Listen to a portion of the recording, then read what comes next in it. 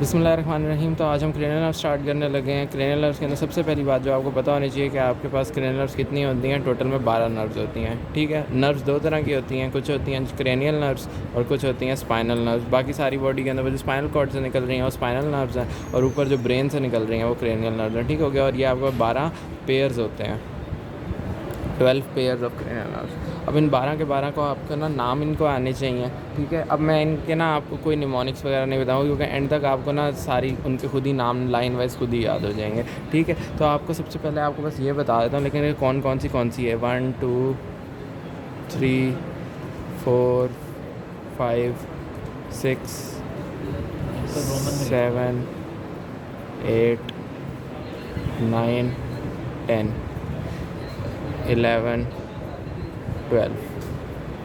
ये हमारे पास 12 है ना। सबसे पहली वाली जो होगी ना वो होगी आपके पास ऑल्फैक्ट्री नर्व। ऑल्फैक्ट्री का वर्ड ऑल्फैक्शन से निकला है। ऑल्फैक्शन का मतलब होता है स्मेल। ठीक है, तो यानी आपके पास ये किस चीज़ के लिए होगी, आपके पास स्मेल के लिए होगी।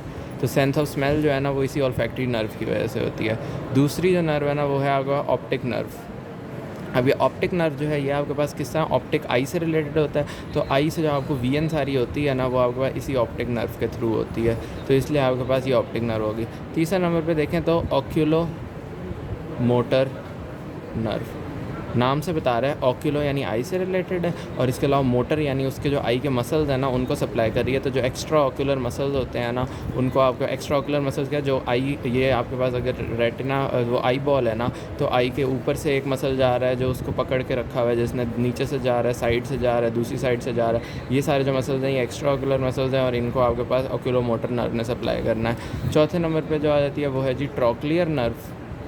ट्रॉक्लियर नर्व इसको क्यों कहते हैं, बिकॉज आपके पास ना ये जिस मसल को, ये भी एक एक्स्ट्रा ऑक्यूलर मसल्स को सप्लाई करती है, और उस मसल को आप नाम देते हैं सुपीरियर ऑब्लिक। इसको हम SO4 से याद रखते हैं, SO यानी सुपीरियर ऑब्लिक ऑफ 4। और इसको ट्रॉक्लियर का नाम क्यों दिया, बिकॉज आपके पास ये सुपीरियर ऑब्लिक मसल जो है ना यहाँ पे एक ट्रॉक्लिया होता है। उस ट्रॉक्लिया यानी एक इस तरह हैंडल टाइप होता है, उससे वो वाली ना मसल का टेंडन जो है वो गुजर के जा रहा होता है। तो ये इस वजह से इसको हम ट्रॉक्लियर नर्व कहते हैं कि ये सुपीरियर ऑब्लिक को कर रहा होता है।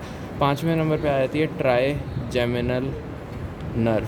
ट्राइजेमिनल यानी ट्राई 3, जेमिनल यानी इससे 3 चीज़ें बन रही हैं, इसलिए इसको ट्राइजेमिनल नर्व का नाम दिया। 3 चीज़ें कौन सी बन रही हैं आपके पास, पहली चीज़ जो बन रही है वो आपके पास हो जाएगी इसकी ऑप्थेल्मिक डिवीजन।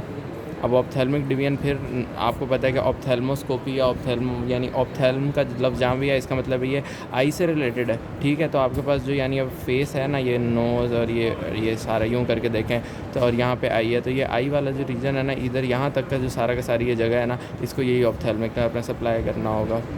तो ये आपके पास दूसरा आपके पास क्या आ जाती है इसके अंदर मैक्सिलरी डिवीजन इसकी आए थे। मैक्सिलरी डिवीजन बता रही है मैक्सिला से रिलेटेड है, तो यहाँ पे आपके पास मैक्सिलरी बोन होती है। तो ये इसके नीचे वाली ये जो सारी जगह है ना इसको ये आपके पास कौन सी मैक्सिलरी नर्व से सप्लाई कर देगी। उसके नीचे अगर हम तीसरे नंबर पे देखें mandibular nerve. Mandibular nerve mandible से रिलेटेड है, तो मैंडिबल जो है आपको पता है यहाँ पे करके होता है, तो ये वाली जगह जो है यहाँ पे आपके पास इसको ना मैंडिबुलर नर्व सप्लाई कर देगी। तो इस तरह करके आपके पास ट्राइजेमिनल नर्व की ऑप्थेल्मिक डिवीजन, मैक्सिलरी डिवीजन और मैंडिबुलर डिवीजन हो जाती है। छठे नंबर पर आ जाती है आपके पास एब्डुसेंस नर्व। अब ये एब्डुसेंस नर्व जो है इसने भी आपको एक्स्ट्रा ऑक्यूलर मसल को सप्लाई करना है। इसके लिए आपने याद रखना है LR6। LR6 इस तरह की छठी नर्व है। ठीक है, और LR होता है लेटरल लेक्टर। ये मैंने बताया है ना, ये आई की लेटरल साइड के ऊपर जाके लग रहा होता है, और आई बॉल को ना लेटरल साइड की तरफ डेविएट करा रहा होता है। यानी अगर आई हमारे पास यूँ है तो हमारे पास जो लेटरल साइड के ऊपर ये आई बॉल अगर शिफ्ट होकर यहाँ पे यूँ करके चली जाएगी ना, तो ये आपको लेटरल लेक्टस की वजह से जाएगी, और इसमें एब्डुसेंस नर्व रिलेटेड होगी, तो LR6। उसके बाद अगर हम देखें सेवन्थ नर्व, तो सेवन्थ नर्व होती है हमारे पास फेशियल नर्व। और ये जो फेशियल नर्व है ना इसका क्या काम है, ये तो आपको पता है, नाम से बता रही है कि फेस से रिलेटेड है, इसलिए फेशियल नर्व फेस के जो सारे के सारे मसल्स होते हैं ना उनको यही फेशियल नर्व सप्लाई करती है। उसके बाद 8th देखें तो होती है वेस्टिबुलो कॉक्लियर नर्व। अब वेस्टिबुलो कॉक्लियर इसके फिर 2 पार्ट्स हो जाते हैं, एक हो जाता है इसका वेस्टिबुलर पार्ट और एक हो जाता है इसका कॉक्लियर पार्ट। ठीक हो गया। वेस्टिबुलर पार्ट जो होता है वो आपके पास क्या है, वेस्टिब्यूल आपके पास ना ईयर के अंदर होता है वेस्टिब्यूल। ठीक है, इसका काम होता है आपके पास इक्विलिब्रियम मेंटेन करना।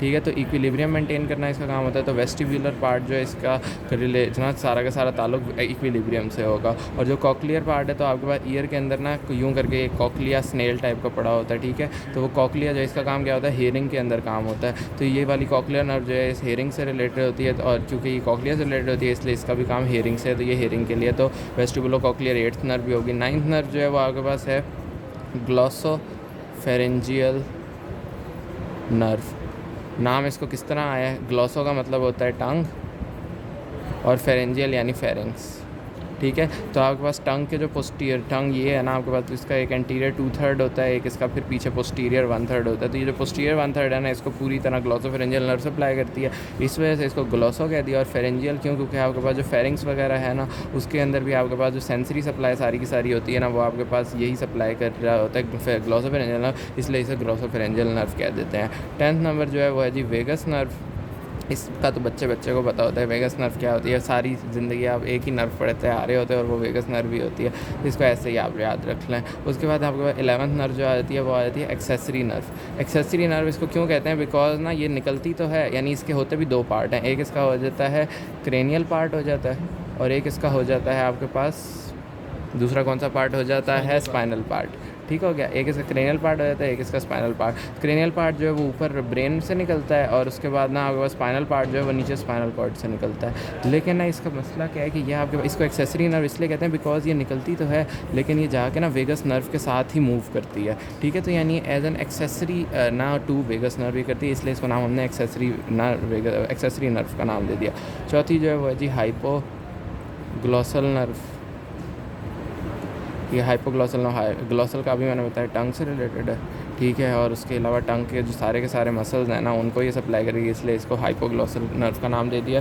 तो ये सारे के सारे आपके पास थे ये। अब इसको अगर मैं एक सही से, यानी ये तो मैंने बहुत ज़्यादा ना कचरे की फॉर्म में लिख दिया, लेकिन अगर मैं इसको सही से करके दिखाऊँ ना तो इधर से आपको ये चीज़ नज़र आ जाएगी।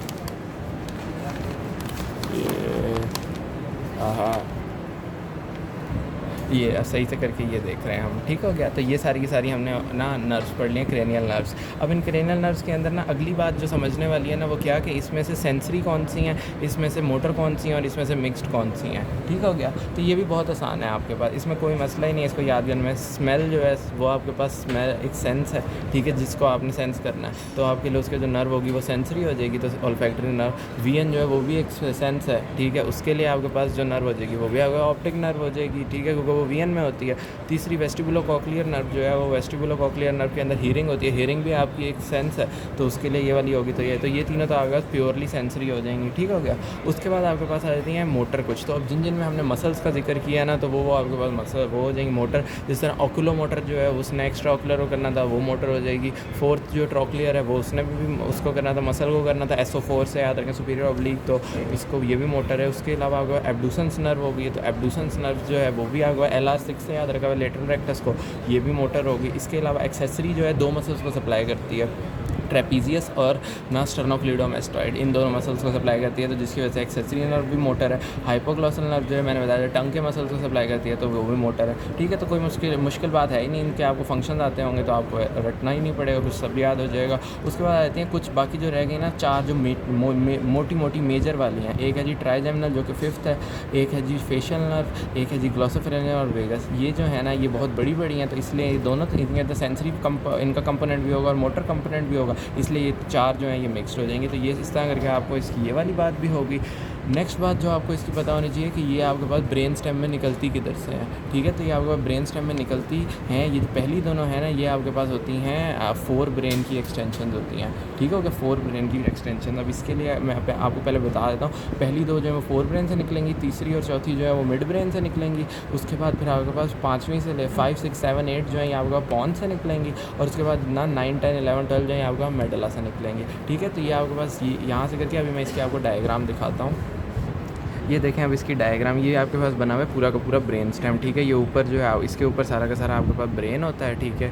यहाँ पे ये जो है आपके पास ना मिड ब्रेन हो गया ये, उसके बाद ये आपके पास जो है ये पॉन्स हो जाएगा, और ये नीचे वाला जो है ये आपके पास मेडुला हो जाएगा, इसके नीचे आपके पास स्पाइनल कॉर्ड आ जाएगी और पीछे ये सेरिबेलम है। तो ये हमने ब्रेन स्टेम दिखाया हुआ है, ठीक है। तो मैं जिस तरह बता रहा था कि आपका पहली दोनों जो है वो तो आपको जब वो ब्रेन पढ़ेंगे तो उसके अंदर सही से बता दूंगा, लेकिन अभी तीसरी से स्टार्ट करते हैं। तीसरी और चौथी मैंने कही थी कि वो होती हैं आपका मिड ब्रेन के अंदर। तो ये आप देखो ये आपके पास ऑक्यूलोमोटर नर्व जो है ये तीसरी जो है ये मिड ब्रेन से निकल रही है, और चौथी जो है आपके पास ट्रॉक्लियर न्यूक्लियर नर्व वो आपके पास यहाँ से निकल रही है, ये भी आपके पास मिड ब्रेन ही है। ठीक हो गया, तो एक आपका ऑक्यूलोमोटर और एक आपके पास ट्रॉक्लियर, ये आपके पास यहाँ से निकल रही हैं।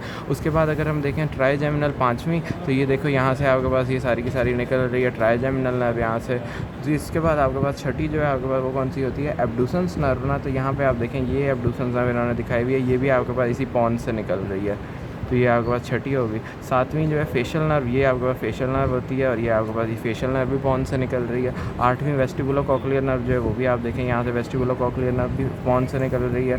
फिर आप देखें नाइन्थ ग्लॉसोफेरेंजियल नर्व जो है ये आपके पास नीचे देखें ये मेडुला से निकल रही है। उसके बाद हाइपोग्लॉसल नर्व 12th जो है ये भी आपके पास मेडुला से निकल रही है। वेगस नर्व 10th जो है ये भी आपके पास मेडुला से निकल रही है, और एक्सेसरी नर्व जो है ये भी मेडुला से। तो अब आपको देख लें, ये मैंने ओरिजिन इसका सारा बता दिया, ये अंदर जो ये सारे बने हुए ये इनकी न्यूक्लिया हैं वो।